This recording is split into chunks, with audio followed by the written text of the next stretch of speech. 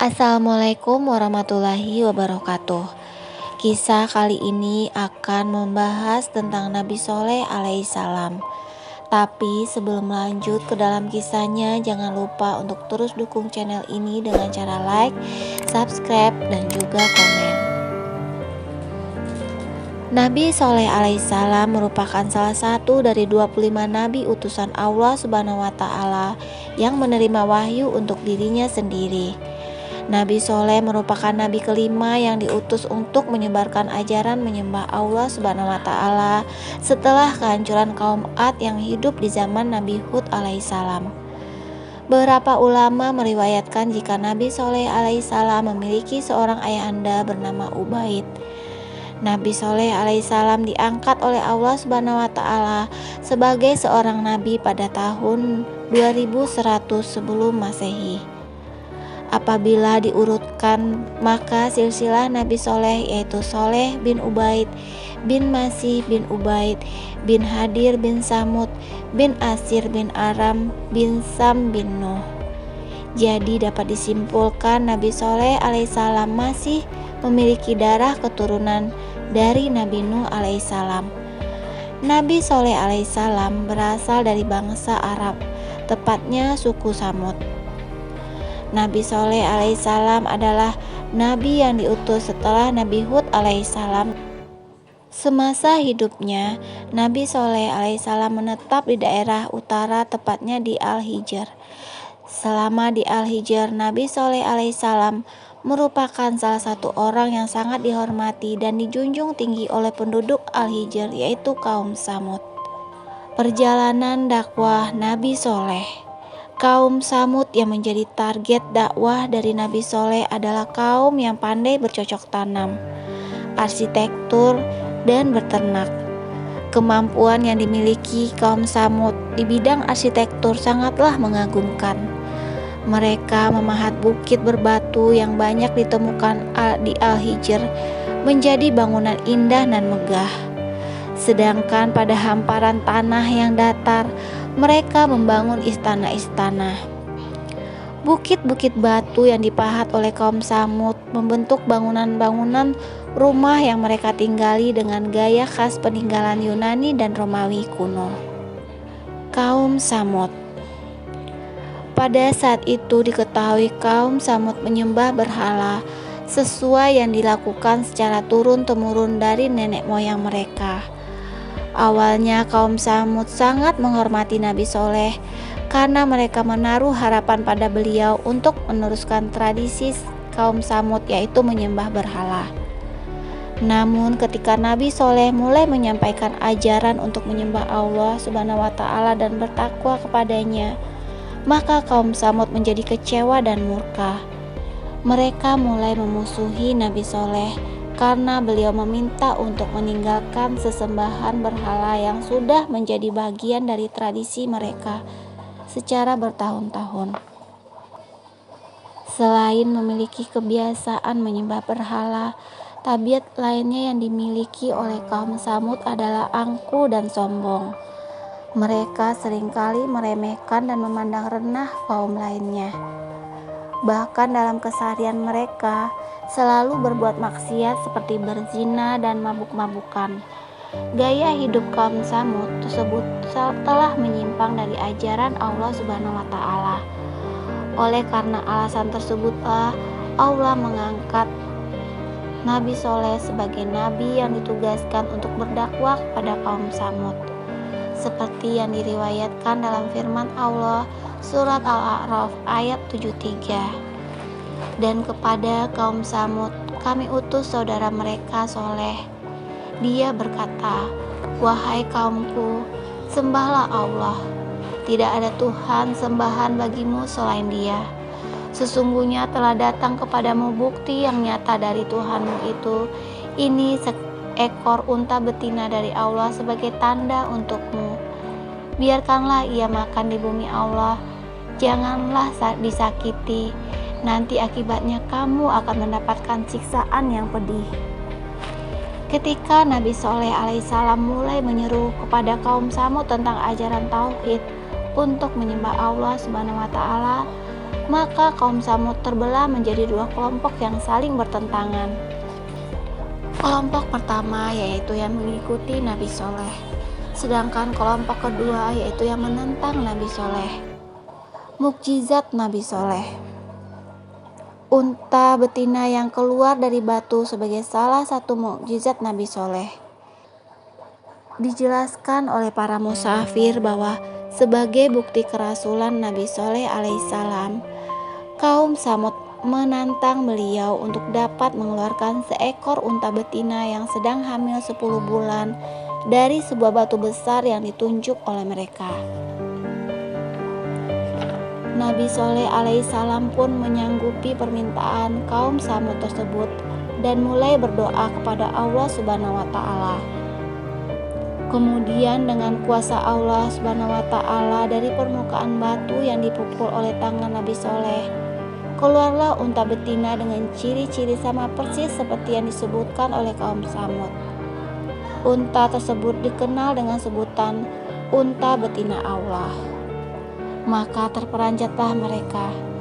Kejadian mukjizat tersebut membuat sebagian dari kaum Samud yang menyaksikan menjadi pengikut Nabi Soleh. Namun ada pula yang masih teguh dengan pendiriannya untuk menentang Nabi Soleh. Maka bersabdalah Nabi Soleh, "Hai kaumku, inilah unta betina dari Allah sebagai mukjizat yang menunjukkan kebenaran untukmu. Sebab itu biarlah dia makan di bumi Allah, dan janganlah kamu mengganggu dengan gangguan apapun yang akan menyebabkan kamu ditimpa azab yang dekat." Quran Surat Hud ayat 64. Dalam Al-Quran Surat Asy-Syu'ara ayat 156 juga dijelaskan, "Dan janganlah kamu sentuh unta betina itu dengan sesuatu kejahatan yang menyebabkan kamu akan ditimpa azab hari yang besar." Seperti yang diriwayatkan dalam Al-Quran, Nabi Soleh berpesan kepada umatnya untuk tidak berbuat jahat kepada unta betina Allah. Bahkan Nabi Soleh mengizinkan kaumnya untuk memerah dan mengkonsumsi susu unta tersebut secara bergantian. Namun hal tersebut tidak serta-merta membuat mereka bersyukur dan berterima kasih. Para penentang Nabi Soleh bahkan tidak suka atas kehadiran unta tersebut karena dianggap meminum banyak air di sumber mata air milik mereka. Terbunuhnya unta betina Allah. Para kaum Samud yang menentang Nabi Soleh alaihissalam merasa kesal karena banyak ternak mereka yang kekurangan air. Mereka menganggap kehadiran unta betina hanya menambahkan beban mereka karena menghabiskan jatah air di sumber mata air.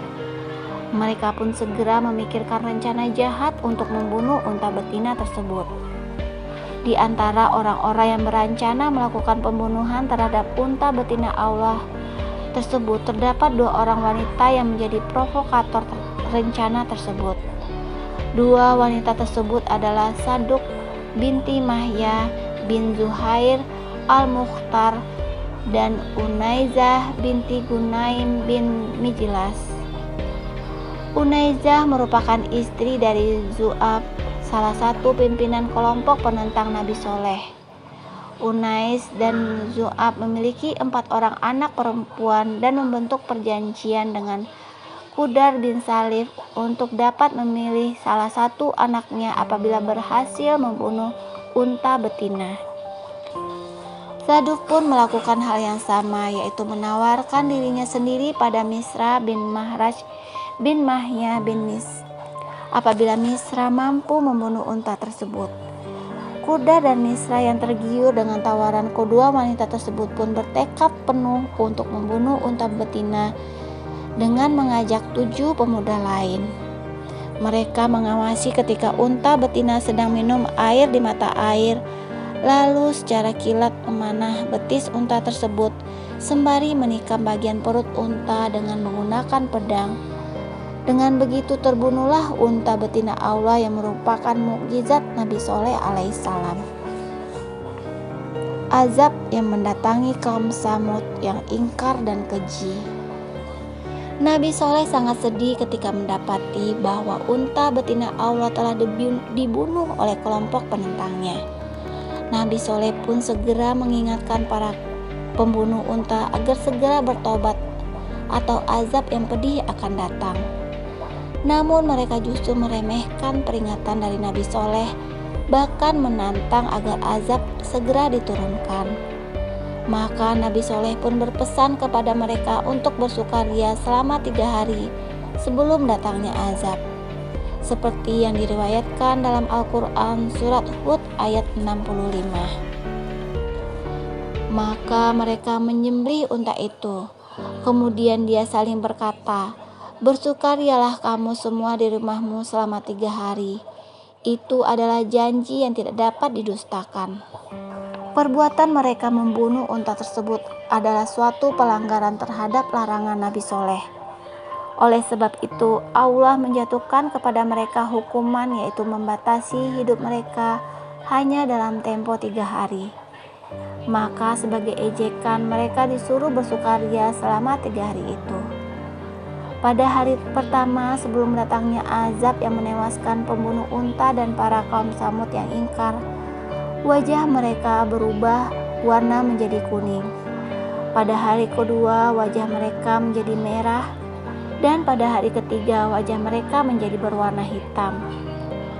Diriwayatkan oleh Ibnu Katsir, pada hari keempat setelah matahari terbit, maka datanglah azab Allah yang maha dahsyat kepada kaum Samud yang ingkar. Azab yang diterima oleh mereka adalah terdengarnya suara keras dari langit, dan terjadilah gempa bumi yang dahsyat sekali. Para pembunuh unta dan kelompok penentang Nabi Soleh pun mati bergelimpangan di rumah mereka masing-masing. Tidak ada satupun kelompok penentang Nabi Soleh yang selamat, kecuali Kalbah binti Asal. Kalbah adalah seorang budak perempuan yang pada saat azab terjadi melarikan diri ke arah perkampungan Arab, lalu menceritakan kejadian azab tersebut kepada penduduk di sana. Kalbah diberi minum oleh salah satu warga perkampungan tersebut. Namun setelah minum, Kalbah langsung tewas seketika. Begitulah azab Allah Subhanahu wa Ta'ala. Sedangkan Nabi Soleh dan para pengikutnya yang beriman kepada Allah selamat dari kejadian tersebut. Mereka tidak diceritakan dalam Al-Quran mengenai kehidupan Nabi Soleh dan pengikutnya setelah kejadian menimpa kaum Samud. Namun terdapat beberapa sumber yang mengatakan bahwa mereka berpindah ke daerah Ramlah di kawasan Palestina. Hikmah yang bisa diambil dari kisah Nabi Soleh alaihissalam yaitu: yang pertama, kita harus bertauhid kepada Allah Subhanahu wa Ta'ala, artinya hanya beribadah kepada Allah. Yang kedua, dilarang sombong. Jika ada yang memberitahu akan kebenaran, maka kita harus menerimanya dari siapapun. Yang ketiga, jangan berkhianat seperti kaum Samud yang akhirnya membunuh unta Allah Subhanahu wa Ta'ala. Itulah tadi kisah Nabi Soleh alaihissalam. Semoga kisah ini memberikan banyak pelajaran buat kita semua. Wassalamualaikum warahmatullahi wabarakatuh.